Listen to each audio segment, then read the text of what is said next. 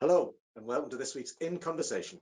My name is Phil Jackman, and I lead on CyberNorth, Dynamo Northeast Cybersecurity Cluster. Each week, I'm talking to people in the Northeast cybersecurity industry.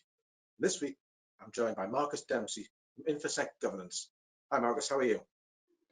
Hi, Phil, I'm fine. Thanks for having us. Good. So can we start then with you telling us a bit about yourself and InfoSec Governance? Yeah, sure.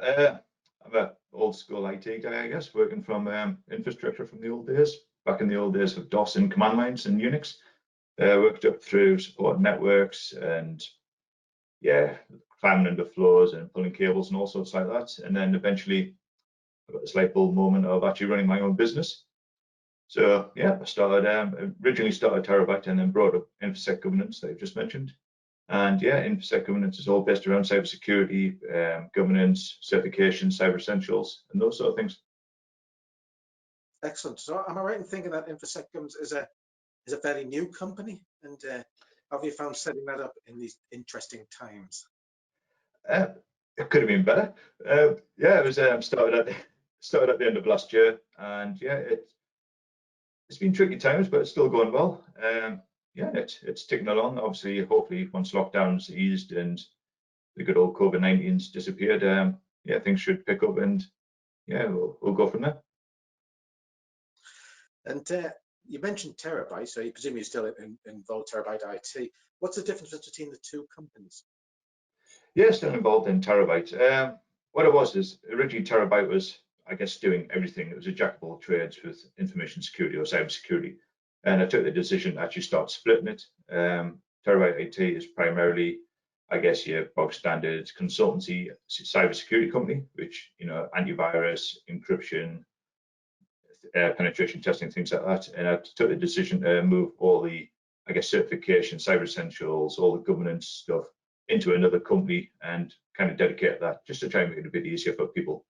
Because originally we had a lot of confusion, I guess, with people coming in and they just didn't know what we did.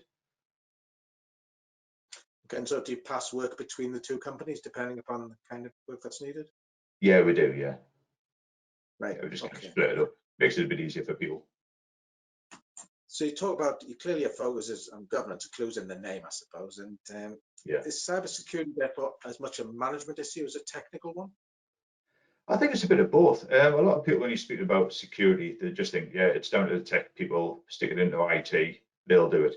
But, you know, someone's got to sign it off. So it's got to be more a management thing. They tick the boxes there. They've got the budget, you know, they allocate it. But it's a mixed bag of everything. So it goes hand in hand with both teams.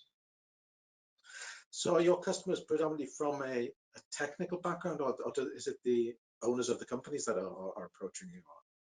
It's a bit of both. I mean, we get it from one-man bands up to 1,000-user companies, and it's anywhere from, you know, the IT person or a salesperson all the way up to managers. There's no real common scenario for us. It's a bit of mixed bag of everything across all industries. And do you cover the whole of the region, or the country, or the world? Yeah, we cover the whole country. Surprisingly, we don't get a lot of people in the northeast. It's mainly down south, Scotland, the west, Midlands, anywhere but the northeast for some strange reason. And do you have any thoughts why that strange reason might be? I haven't got a clue. No, it'd be nice to know so we could actually take on that. But when we ask people, they just say, yeah, they don't need it or they haven't had a need for it. And when they do, obviously, we get the work in, but it just seems to be more, I don't know, I guess it's cybersecurity is more known or well known for the southern types of things, or maybe it's just the business people that we go with. And so is it across all businesses, or is it service sector, or manufacturing, or is it just a whole kit and caboodle? It's the whole kit and caboodle. It's everyone. You know, we'll service and manage anyone. So if they come and ask about anything to do with information security, we'll help them out. Excellent. So in terms of when business owners approach you, what advice would you give them to embed good cybersecurity, or in good security even? Yeah, I guess the first thing is patch. Make sure everything's patched. Patch. That's pretty much what I preach. Surprising how many people don't actually keep the computers up to date, the routers up to date, firmware, anything. So that's the first thing. Keep that up to date. That protects your computers and your business from the majority of cyber attacks and issues. And then obviously run antivirus, keep that up to date, security awareness. Yeah, and just in general, keeping on top of things and don't expose your business to outside threats if at all possible. And Cyber Essentials is part of your mix, is it? It certainly is, yeah. We're seeing a massive uplift in Cyber Essentials at the moment. It's it's increasing, and obviously we preach that quite a bit. We recommend all businesses, if possible, get Cyber Essentials. It's a good starting block for protecting your business, and it details with a lot of the basic fundamentals of protecting your business, like having antivirus in place and not running administrative users. Yeah, there's a lot of common sense, I think, in it, and it would cover the vast majority of their breaches. Potentially, I think people follow it more closely. Yeah, but it's encouraging that you're seeing a massive uptake in it. So that's really encouraging. It seems to be certainly on NCSC's agenda at the moment.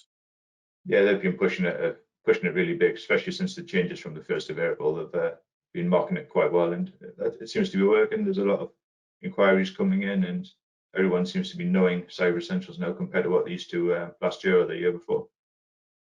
And is it an onerous process? I mean, I've been through it myself up to the source self-certification, but is it an onerous process for you?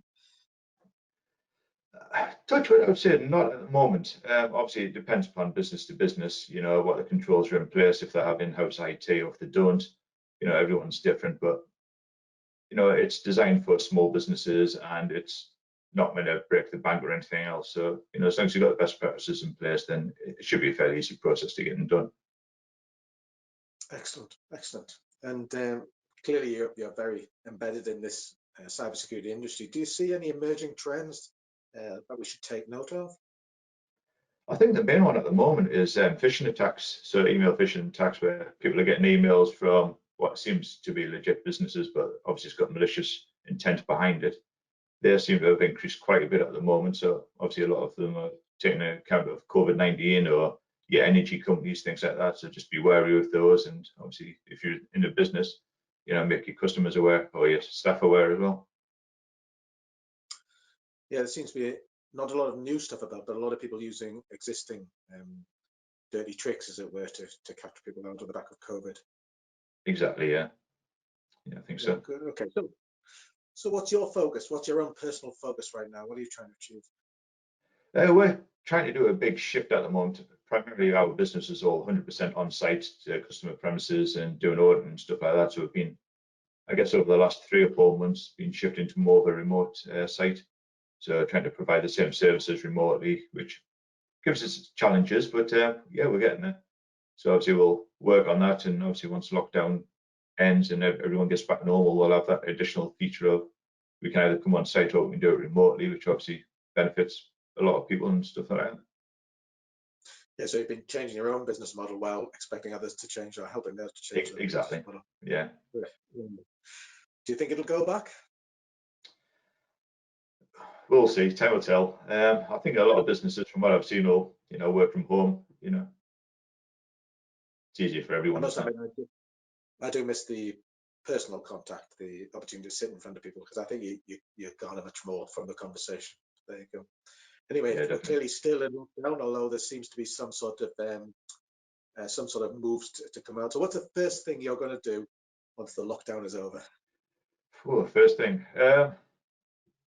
yeah, probably go back to the office and work from there, get away from the kids and everything else, and go from that. And I guess just try and catch up with people, try and arrange some meetings, stuff like that, go and see people face to face, as you said, put that bit of interaction together and just see what people have been doing, how we can help people moving forward, and go from there. Great. Okay, well, thank you very much for that, Marcus.